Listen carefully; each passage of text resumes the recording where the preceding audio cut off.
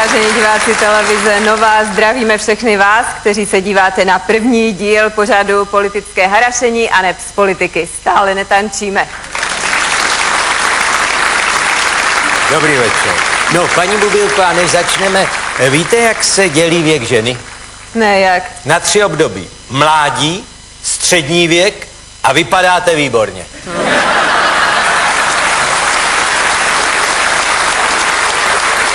Takže já jsem vám chtěl říci, že vypadáte skutečně dneska velmi dobře.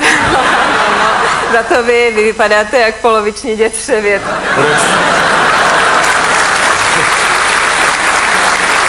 Z čeho se radujete? Proč poloviční? No vědomosti nikde, akorát na hlavě máte 3 vlasy.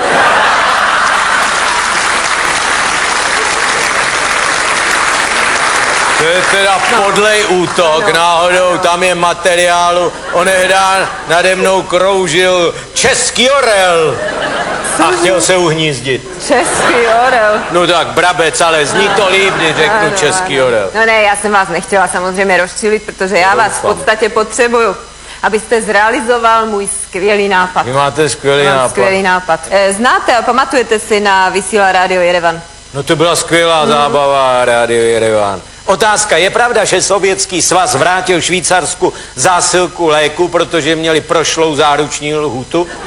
Odpověď. Ano, Sovětský svaz vrátil Švýcarsku zásilku léku, ale ne proto, že měli prošlou záruční lhůtu, ale protože na nich bylo napsáno užívejte po jídle.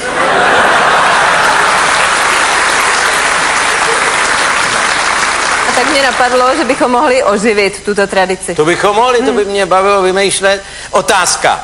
Je možné, že Fidel Castro bude jednou věčně živý jako Vladimír Ilič Lenin? Odpověď. Je to možné, už aby to bylo.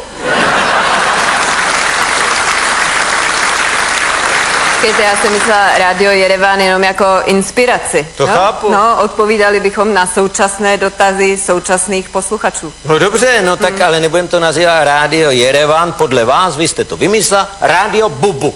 Tak já to zahlásím, ano? Ano. Dobrý večer, vážení posluchači, začíná vysílat nové Rádio Bubu. Na vaše dotazy budou odpovídat Zuzana Bubilková a Miloš Lapši... Děkuju vám, výborný začátek, ano.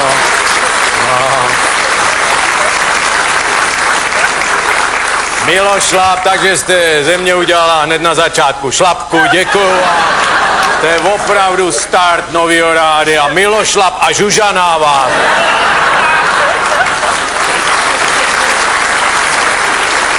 Opravuji Miloslav Šimek. Děkuji vám. Hned první dotaz. Paní Jiřina Zlámalová z Hradce Králové se vás ptá, na jakou adresu by vám mohla poslat e-mail? Cože? E-mail. I já? Prostě by si s vámi chtěla dopisovat to přes chápu. internet. Přes co? Přes internet. Máte internet, ne? No jistě, já už mám skoro všechno. Určitě proti tomu beru i nějaký prášky.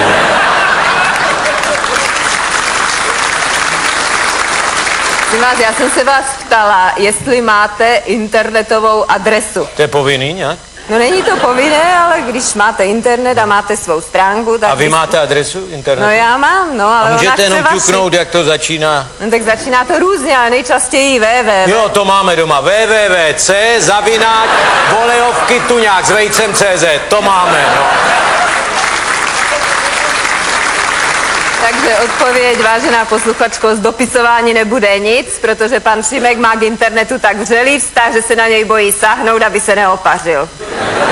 Proč mi kazíte dopisování? Není jen internet, pravda, jsem technicky zaostalý, zastavilo se mi to u Krystalky všechno, ale jsou jiné formy dopisování. Co holubí pošta? Tu já navrhuji. Holubí pošta. No jistě například můj poštovní holub, Bedřich druhý. Druhý? No Proč druhý? Prvního jsem sežral. Tak. Ten má k internetu opravdu vřelý vztah. Ten minulej týden vyzobal Klausovi na internetu celou stránku. Ještě teď je mu z toho špatně. No. Posluchač Radvanský z Prahy se vás ptá, co byste udělal, kdyby si někdo na vašem soukromém pozemku uspořádal technopárty. To přivolává věci, teda o tom se mi v noci zdá, to je šílen, jakou ty Lipnice tenkrát. těch lidí, ten hluk, no ne, ale já to mám vymyšlený. Já bych zašel do nejbližšího zemědělského družstva, kde mají to práškovací letadlo, tam bych se domluvil s tím letcem, pak bych vzal megafon a řekl bych, vážení technopartisté, vítám vás na svém pozemku, i když jsem vás nezval. Bohužel za 10 minut začínáme hnojit. A pak by vzletlo letadlo a už by se práškovalo.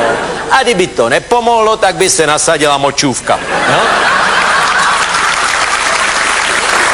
Vy jste taková jemná, víte, co to je močůvka? To jsou rozmixované... Prosím vás.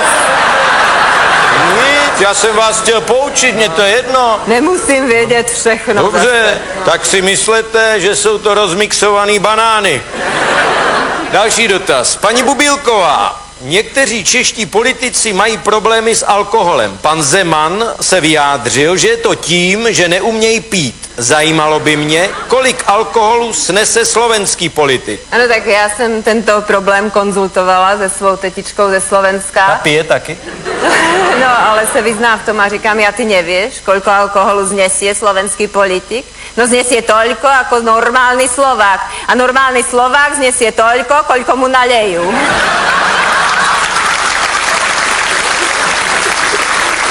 Pane Šimku, mohli by naši politici získat na olympiádě zlatou medaili?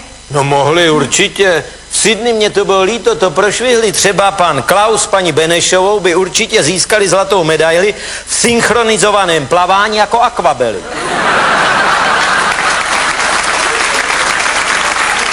No taky si myslím, že naši politici by určitě zabodovali v disciplíně přetahování lanem. Ta není na olympiádě. No tak zatím není. A je to škoda, v tom bychom vynikali.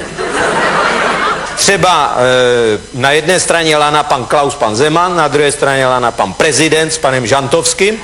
No a trénovat by se to mohlo na nádvoří Pražského hradu a rozhodovat by to mohla paní Dáša. Pískat umí, že?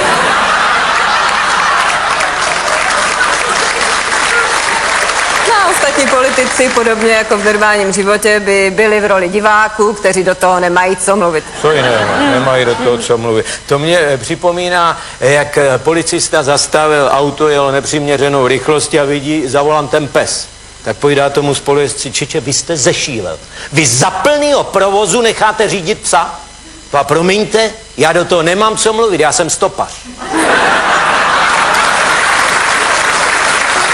Paní Alena Čápová píše, zařizujeme s manželem dceři byt. Čápová? No Čápová. To je divný, že neodlítla do teplých krajů. Jste dětina teda. Dětina, samý chřipky, poráky, vitaminy, injekce. Paní Čápová píše. A víte, že by to šlo? Dám mít vaši váhu a svý dlaně. Paní Čápová píše. Pojďte to dát dohromady. Já mám dlaně, vy dáte zobák a letíme. Co? Zařizujeme s manželem dceři byt a všimli jsme si, že z obchodu zmizely lustry. Nevíte, čím to je? No já teda nevím, vy to víte?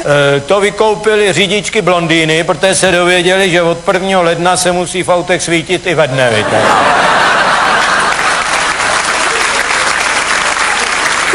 Vám jeví vztah Klause a Zemana, ptá se posluchač Klokočka z Prahy. Klokočka Jan. Jan, Praha 6. Praha 6. No, ano. to je ten automobilový závodník. Já mu to vysvětlím na základě automobilismu.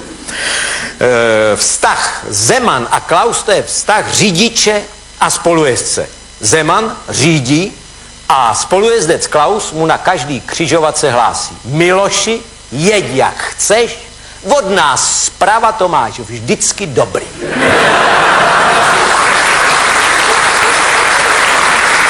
Mám problémy s nadváhou. Vy, prosím vás, vždyť tak špageta, ta skoro nejí. Tuhle se jí zdálo, že přibrala na boku blbost, štípla jí blecha, jo. Ale hned volala na kliniky a že to chce liposukci, to ocátí tuku a teďka tamhle tohle a že pre to drahý, ona je spořivá, tak skoro plakala, jestli bych to nějak nezařídil, tak jsem se našval vlícem do koupelny, vzal jsem ten zvon na umývadlo a ocál jsem to sám. Jo? A jak jsem v tom byl, tak jsem udělal legraci, ocál jsem to jinde, ale výborný, ne? Výsledek, co? Podařilo se. Prosím vás, nešiřte nesmysly, ještě tomu někdo uvěří, bude to zkoušet a zničí si zvon. Mám problémy s nadváhou, píše paní Zigmundová ze Zlína. Nemohl byste mi prozradit? No to je otázka, jakou dietu drží paní Bubilková. No to paní Zigmundová, to vám můžu prozradit, jakou drží dietu paní Bubilková, všem to vám nedoporučuji. To jsou drastické diety, ta týrá tělo, ta skoro nejí, ta jenom se stravuje na základě takzvaných zeleninových polévek, které si ovšem připravuje sama. Víte? Ty jsou řídoučky. Ty jsou řidší než sama voda. Já viděl tu přípravu. Ona dá vodu do hrnce a vedle opraná zelenina. A teď čeká, až se to vaří, pak veme tu zeleninu a začne s ní mávat nad hrncem. Jak vám, co to děláte? No, aby se tam nedostali žádný kalorie, jenom čekám, až se ty vitaminy opaří a spadnou dovnitř, jo?